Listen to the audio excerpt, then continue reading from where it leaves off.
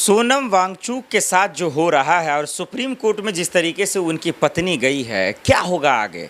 ये इतनी नाइंसाफ़ी क्यों, इतनी बेईमानी क्यों? क्या देश के सिस्टम में दम नहीं रहा? क्या कोई भी जो सरकार के ख़िलाफ़ बोलेगा उसका जगह सिर्फ़ और सिर्फ जेल में होगा?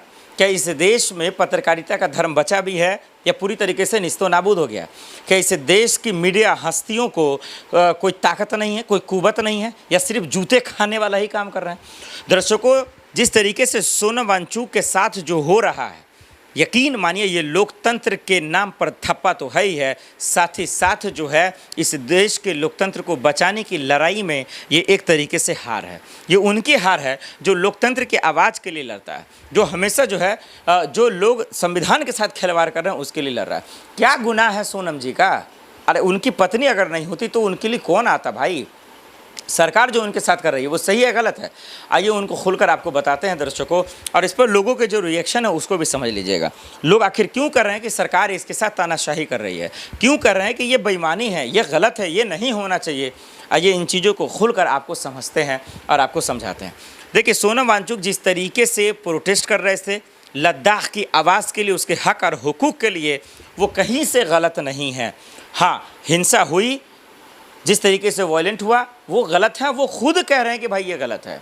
मैं मानता हूं कि युवाओं ने गलत किया, ये नहीं करना चाहिए था, लेकिन जिस तरीके से 5 साल से वो लोग प्रोटेस्ट कर रहे हैं, वो कह रहे थे कि कोई हमारी आवाज़ को सुन नहीं रहा था, हम भूख हड़ताल पे थे, हमने सब कुछ किया जो लोकतंत्र के दायरे में किया जा सकता था, लेकिन आवाज़ सरकार सुन ही नहीं रही है। सरकार के मैनिफेस्टो में था लद्दाख के लिए, वो भी नहीं कर रही है। तो बताइए हम क्यों ना पूछें, अमित शाह जी से, मोदी जी से सवाल क्यों ना पूछे? ये बात सोनम जी कह रहे हैं। अरे बिल्कुल कहीं से गलत नहीं था, लेकिन आज मजाक बना दिया इन लोगों ने। इस हिंदुस्तान की मिट्टी में सभी का खून है ना, और जब सबका खून है तो फिर किसी एक समाज को या एक उन लोगों को टारगेट क्यों जो सरकार के खिलाफ आवाज़ उठा रहे हैं? सोनम वांगचुक के साथ जो हो रहा है वो गलत है, लोकतंत्र के हिसाब से भी और संविधान के हिसाब से भी। सरकार को उन पर जुल्म नहीं करना चाहिए, सरकार को खुश होना चाहिए कि कोई आपकी नीतियों के खिलाफ आवाज़ उठा रहा तो उसको करेक्ट कीजिए, सही कीजिए। लेकिन हमारा आप देख रहे हैं कि किस तरीके से नाइंसाफ़ी हो रही है, किस तरीके से बेईमानी हो रही है, किस तरीके से मजाक बना कर रख दिया है। आइए आपको समझाते हैं। उनकी पत्नी सुप्रीम कोर्ट गई। अब देखिए, वो डेट पे डेट, तारीख पर तारीख मिलता रहेगा, वो एक अलग मामला है, लेकिन क्या कायदे से सरकार को ये सोचना चाहिए, सिस्टम को देश के सोचना चाहिए कि कौन सही कर रहा, कोई गलत कर रहा। इतना तो कम से कम आप परख ही सकते हैं, इतना तो आप समझ ही सकते हैं कि ये हो क्या रहा है, ये मजाक क्या बन रहा है। लेकिन नहीं, ये नहीं करना है। लेकिन नहीं, ये जो है खचरपना है, ये एक मजाक बना दिया है ये सरकार का, हमारा आप देख रहे हैं। तो ये गलत है। सोनम वांगचुक के साथ आप लोग खड़े होइए, चाहे वो कहीं का भी मामला लड़ रहे हो। ये सिर्फ लद्दाख जम्मू कश्मीर के लिए नहीं है, ये तो उन हिंदुस्तान के लोगों के लिए जो सरकार के खिलाफ आवाज़ उठाता है। अब आज देखिए मजाक हो गया, किसान सड़कों पे आ जाए तो उनको खालिस्तानी बोल देते हैं, मुसलमान आ जाए तो आतंकवादी बोल देते हैं। अगर कोई वामपंथी के लोग, राइट विंग के लोग अगर सरकार की आलोचना करते हैं तो टुकड़े टुकड़े गैंग है। भाई ये मजाक हो गया है क्या? ये चल क्या रहा है? खालिस्तानी, आतंकवादी, कुछ भी नाम दे देते हैं। ये गलत है, ये सरकार को नहीं करना चाहिए। सोनम वांगचुक को जेल से रिहा करना चाहिए, उनको जमानत मिलनी चाहिए। सुप्रीम कोर्ट में जो इस उम्मीद के साथ गई हैं उनकी पत्नी, उनको भी जो है बाइज्जत उनके पति को जो है राहत देनी चाहिए। आज एक महिला को इतना परेशान कर रहे हैं आप, ये कितना जो है कहाँ तक ठीक है ये हमारा आप जान रहे हैं। इस देश में महिलाओं को ज़्यादा प्रताड़ित किया जा रहा है, उनको ज़्यादा जुल्म सहना पड़ रहा है। देखिए ना, हमारे देश की बेटियां आन बान शान दिल्ली के जंतर मंतर पर बैठी थी, क्या बृजभूषण शरण सिंह गिरफ्तार हुआ? मेरा एक मांग है सरकार से कि ईगो में आकर नहीं, अपने आप को बचाइए, सच को एक्सेप्ट कीजिए। सोनम वांगचुक को जेल से रिहा कीजिए, बहुत ज़रूरी है। इसके लिए दोस्त आप लोग भी आवाज़ उठाइए। अब आई लव मोहम्मद पर यूपी में जो तहलका मचा हुआ है उस पर बातचीत करते हैं। I love Mohammad, I love Mahadev पर सीएम योगी का जो बयान आया है और जिस तरीके से जो प्रोटेस्ट हुआ, जो हिंसा हुई, जो डर्टी पॉलिटिक्स हुआ बरेली में, और जिस तरीके से नेट सेवाएं बंद है, वो हम सब तमाशा देख रहे हैं।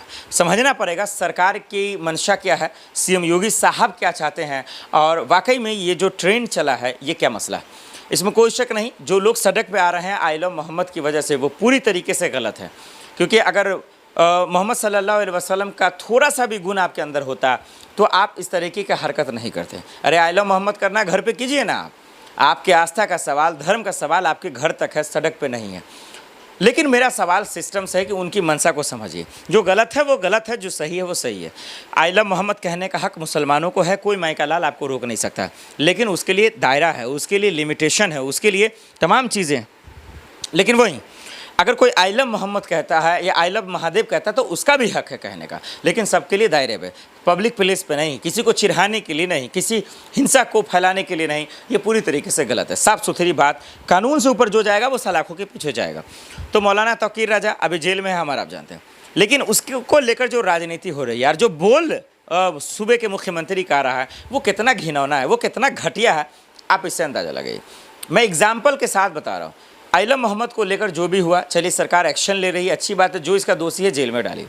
लेकिन वहीं आप समझिए कि फतेहपुर मकबरा में जो बीजेपी के गुंडे मवाली जो घुस गए, जो भगवा झंडा लहरा रहे थे और तमाम जो हजारों लाखों की संख्या में लोग गए, आप ये जो उन्होंने तोड़ रहे थे उसको, जो पेंटिंग कर रहे थे, जो भगवा जो है अर्चना पूजा कर रहे थे, बताइए वहाँ पर सीएम योगी जी क्यों चुप थे? क्या सीएम योगी आदित्यनाथ जी को नहीं बोलना चाहिए? क्या उनके मंत्री को नहीं बोलना चाहिए? क्या राजभर को नहीं बोलना चाहिए? संजय निषाद को नहीं बोलना चाहिए? क्या उस टाइम मुँह में दही जम गया था? क्या उस टाइम संविधान की शपथ लेकर जो कसम खाए थे क्या भूल गए थे? क्या लोकतंत्र की इज्जत की मर्यादा उस टाइम याद नहीं आई? क्या वहाँ पे आपकी आन बान शान नहीं निकलती है? वहाँ पे क्यों नहीं बोला आपने उनके घर पे बुलडोजर चला देंगे, उनको जेल में डाल देंगे, और इस यूपी में जो भी आँख दिखाएगा उसका आँख निकाल लेंगे? वहाँ पे क्यों नहीं आप ऐसा बोलते? तो मुख्यमंत्री किसी एक का नहीं होता, मुख्यमंत्री पूरे यूपी का है, मुख्यमंत्री पूरे समाज का है। वो पासवान का भी है, वो चमार का भी है, वो तेली का भी है, वो हिंदू का भी है, वो मुसलमान का भी है, वो यादव का भी है, वो ब्राह्मण का भी है। लेकिन हमारा आप देख रहे हैं कि क्या खेल चल रहा है, हमारा आप देख रहे हैं क्या तमाशा चल रहा है, ये कहीं से भी नहीं है। योगी जी अब क्या कह रहे हैं भाई, किसकी हिम्मत हो गई, किसकी हैसियत हो गई? अच्छी बात है, किसी को बख्शा नहीं जाएगा, किसी को छोड़ा नहीं जाएगा। आपने क्या उखाड़ लिया वहाँ पर भाई? क्या कर लिया आपकी सरकार, क्या कर लिया आपकी पुलिस? फतेहपुर मकबरा में किसको जेल में डाल दिया आपने? बीजेपी के गुंडे ही तो थे, समाजवादी पार्टी का भी गुंडा था, उनको पार्टी से उन्होंने निकाल दिया। तो ये गलत हो रहा है। आई लव मोहम्मद पे जो राजनीति हो रही है वो गंदी है, वो सोच गंदा है जो लोग इस पर राजनीति कर रहे हैं। मुसलमान भाइयों से, मैं युवाओं से हाथ जोड़ कर बोलना चाहता हूँ, इस तरीके की गंदी राजनीति में ना आए।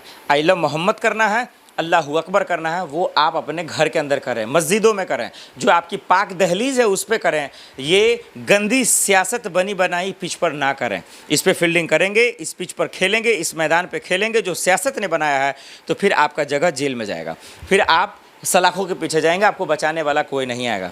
इसलिए मैं बार बार इन बच्चों से इत्तला कर रहा हूँ, नेट बंद है, सेवाएं बंद है 48 घंटे के लिए। सोचिए बरेलवी के लोगों का क्या होगा, आम लोगों के लिए सोचिए ना, उनको भी शक के दायरे में पकड़ा जाता होगा, वो भी जेल जाएंगे बेकसूर लोग। और जितना भी हुआ, संभल में हुआ, बहराइच में हुआ, जितना भी यूपी में कांड हुआ, कौन लोग जाते हैं? वो मासूम लोग जेल जाते हैं, वो बेकसूर लोग जाते हैं। जो होशमंद है, जो अक्लमंद है, वही तो कराता है तमाम चीज़ें। वो पर्दे के पीछे कराता है, वो कभी न पकड़ा ही नहीं जाता।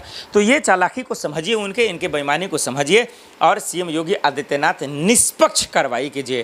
का यकीन मानिए कि आपके राज्य से भ्रष्टाचार, ये गुंडा राज भी ख़त्म होगा और हिंसा भी नहीं होगी, हिंदू मुसलमान भाई भाई समझ कर रहेंगे। लेकिन ऐसा बयान देंगे तो यकीन मानिए कि आने वाले वक्त में जो है आपको कहीं ना कहीं भारी पड़ेगा और इसका खामियाजा भुगतना पड़ेगा, क्योंकि इस तरीके का बयान समाज के लिए ठीक नहीं है। इस तरीके का बयान समाज की एकता के लिए जो है कहीं से आप नहीं दे रहे हैं। हिंदू मुसलमान सब आपस में है, कोई अगर इसको उस्का रहा है तो मेन कर्ता धर्ता को पकड़िएगा, तो कहीं ना कहीं जो है एक मैसेज जाएगा। कोई अगर गलत किया, वहाँ बुलडोजर आप चला दे रहे हैं, लेकिन फतेहपुर मकबरा में हुआ, फिर वहाँ आपकी आवाज़ नहीं उठती है, तो लोग क्या समझेंगे वो आप बेहतर समझ रहे हैं।